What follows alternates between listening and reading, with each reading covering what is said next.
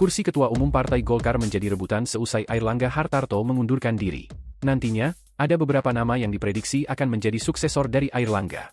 Pengamat komunikasi politik Universitas Esa Unggul, Jamiluddin Ritonga mengatakan nama-nama itu merupakan sosok yang dianggap senior di Golkar. Mereka adalah Menteri Perindustrian Agus Gumiwang Kartasasmita dan Ketua MPR RI Bambang Susatyo.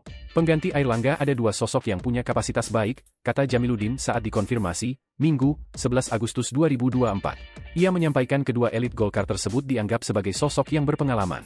Oleh karenanya, mereka dianggap sudah teruji untuk memimpin partai berlambang pohon beringin tersebut.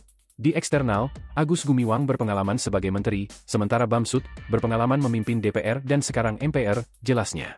Kemudian, nama Bahlil juga disebut-sebut sebagai kandidat kuat penggantinya. Skenario tersebut muncul karena dianggap Bahlil dekat dengan Presiden Jokowi.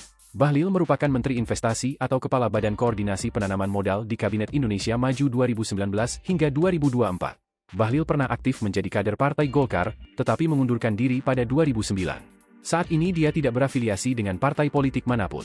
Selain nama-nama di atas, sosok Presiden Jokowi tak luput dari sorotan. Hal tersebut setelah Presiden Jokowi, Gibran dianggap Airlangga sudah menjadi bagian dari keluarga Golkar.